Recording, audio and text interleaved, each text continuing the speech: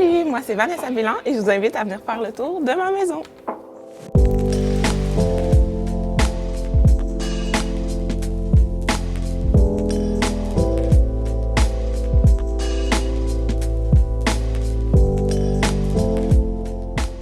Je suis créatrice de contenu depuis environ 3 ans.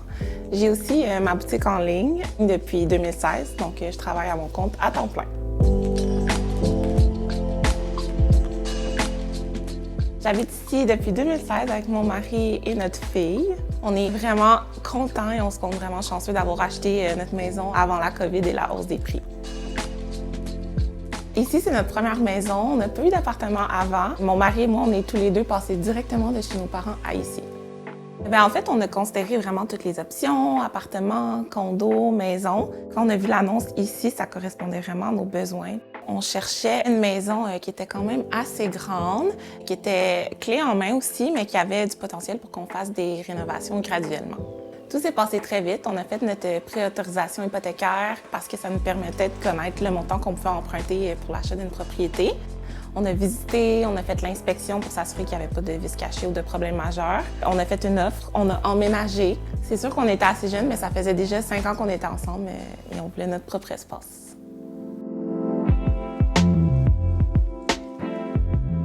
Ça a beaucoup changé. Avant, ça manquait de personnalité, c'était assez de base. Donc nous, on est venus tout repeindre en blanc, on a acheté de la couleur. On est juste vraiment venus mettre notre personnalité dans notre maison. On a décidé de prendre notre temps pour les rénaux. Dans le fond, ça nous a pris 3-4 ans avant de faire une grosse rénovation dans notre maison. Mon truc, c'est toujours de me donner un objectif d'économie à atteindre. Puis quand on a atteint cet objectif-là, on commence à faire la réno qu'on avait prévu faire.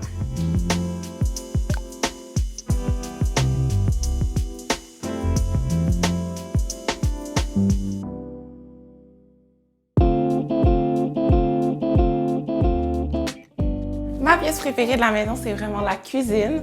On y a mis tellement beaucoup de temps et d'énergie et vraiment notre image. Et on a presque tout fait les travaux nous-mêmes. On a mis les comptoirs de marbre, on a mis aussi un dosseret, peint les armoires. Donc de tout faire nous-mêmes, ça nous a vraiment permis d'économiser. C'est important de savoir où mettre son budget rénovation, comme par exemple dans la cuisine. Si jamais je décide de revendre ma maison, ça va ajouter de la valeur. Mes inspirations déco, c'est vraiment les intérieurs scandinaves, beaux, où on retrouve un mélange de styles, surtout quand c'est rose parce que c'est ma couleur préférée. Mais en ce moment, j'avoue que j'ai un coup de cœur sur le style méditerranéen, un peu européen, où on retrouve beaucoup de terre cuite et de matières naturelles. On aime acheter neuf et de seconde main, on aime ça mélanger les deux. Comme par exemple, le luminaire de salle à manger, on l'a acheté seconde main. Et au salon, notre meuble, on l'a acheté neuf, mais on est venu le personnaliser.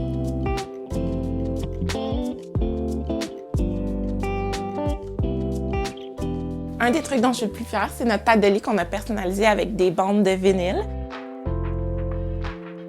Puis avec les retailles aussi, on a décidé de faire un banc. J'avais vu une version plus dispendieuse en ligne, mais je me suis dit qu'on était sûrement capable de le faire nous-mêmes.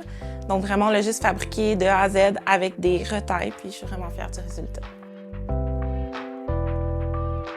Si j'avais un conseil déco à donner à quelqu'un qui vient de s'acheter une maison, c'est vraiment prenez votre temps.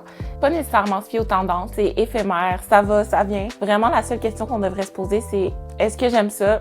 Est-ce que ça me représente? On a pris un prêt hypothécaire avec Desjardins. Comme c'était notre première maison, on avait beaucoup de questions. Par exemple, la différence entre les périodes d'amortissement, l'option de pouvoir payer son hypothèque plus rapidement ou le choix entre un taux fixe et variable.